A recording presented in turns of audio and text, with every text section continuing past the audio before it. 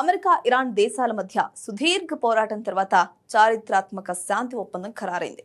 పాశ్చాత్య దేశాల కథనాల ప్రకారం ఈ యుద్ధంలో అమెరికా తన వ్యూహాత్మక లక్ష్యాలను పాక్షికంగా సాధించినప్పటికీ ఇరాన్ తన సైనిక పటిష్టతను నిరూపించుకుని అమెరికాకు గట్టి సవాల్ విసిరింది. ఇరాన్ భవిష్యత్తులో ఎప్పటికీ అణ్వాయుధాలను తయారు చేయబోనని, సేకరించబోనని ఈ తాజా ఒప్పందంలో లిఖితపూర్వకంగా అంగీకరించేలా అమెరికా ఒత్తిడి తీసుకురాగలిగింది. ఇది ట్రంప్ విజయంగా నిపుణులు భావిస్తున్నారు.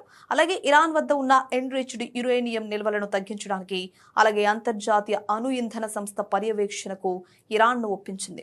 ఇక ప్రపంచ ఇంధన రవాణాకు అత్యంత కీలకమైన హర్మోజ్ జలసంధిని తిరిగి తెరిపించి గ్లోబల్ ఆయిల్ సప్లైని పునరుద్ధరించడం అమెరికా సాధించిన అతి పెద్ద ఆర్థిక విజయం. అయితే యుద్ధానికి ముందు కూడా హర్మూజ్ అంతర్జాతీయ రవాణా మార్గంగా ఉంది.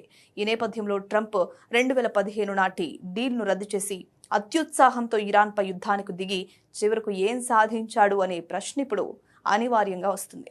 ఒబామా హయాంలో కుదిరిన joint comprehensive plan of action JCPOA ఒప్పందానికి ప్రస్తుత ఒప్పందానికి పెద్ద తేడా లేదు. కానీ ఈసారి డీల్ కుదిరిన పద్ధతే భిన్నం. JCPOA డీల్ కఠినమైన అంతర్జాతీయ ఆంక్షల ద్వారా సాధించిన ఒక శాంతియుత ఒప్పందం. ఇరుపక్షాల మధ్య అప్పట్లో ఎటువంటి ప్రత్యక్ష సైనిక ఘర్షణ లేదు. ప్రస్తుత డీల్ ఒక యుద్ధం తర్వాత కుదిరిన ఒప్పందం. అమెరికా, ఇజ్రాయెల్ 100 రోజులకు పైగా చేసిన ప్రత్యక్ష దాడులను ఇరాన్ తిప్పికొట్టి తన సైనిక పటిష్టతను నిరూపించుకున్నాక ఈ డీల్ ఖరారైంది. అప్పట్లో అంతగా సాంకేతిక సామర్థ్యం లేని ఇరాన్ అమెరికా చెప్పిన దాదాపు అన్ని కఠిన నిబంధనలకు లొంగాల్సి వచ్చింది. కానీ నేడు ఇరాన్ 60% స్వచ్ఛత గల యురేనియంను భారీగా సమకూర్చుకుంది.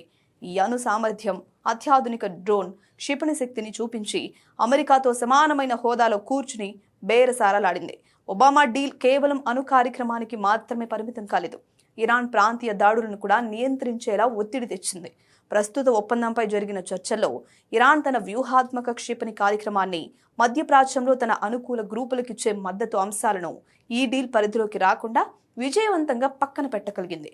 అంతేకాదు, అమెరికా బ్యాంకుల్లో నిలిచిపోయిన 24 బిలియన్ల ఇరాన్ నిధులను తక్షణమే దశలవారీగా విడుదల చేయడానికి, చమురు ఎగుమతులపై ఆంక్షలను తాత్కాలికంగా ఎత్తివేయడానికి అమెరికా అంగీకరించాల్సి వచ్చింది. ఈ ఒప్పందం ద్వారా ట్రంప్ సాధించిన పెద్ద విజయం ఏంటంటే, భవిష్యత్తులో ఎప్పటికీ అణ్వాయుధాలు తయారు చేయబోనని ఇరాన్ నుంచి శాశ్వత నిబద్ధత రాబట్టడం. ఏదేమైనా ఇది ఒబామా డీల్ లాగే ఉన్నప్పటికీ, ఒబామా హయాంలో అమెరికా పైచేయి సాధించి ఒప్పందం చేసుకుంటే, ప్రస్తుత డీల్ మాత్రం ఇరాన్ తన మిలిటరీ అణుశక్తిని నిరూపించుకుని అమెరికాను ఒప్పించి సాధించుకుంది. ఒక రకంగా ఈ డీల్ ఇరాన్ విజయంగా పేర్కొనాల్సి ఉంటుంది.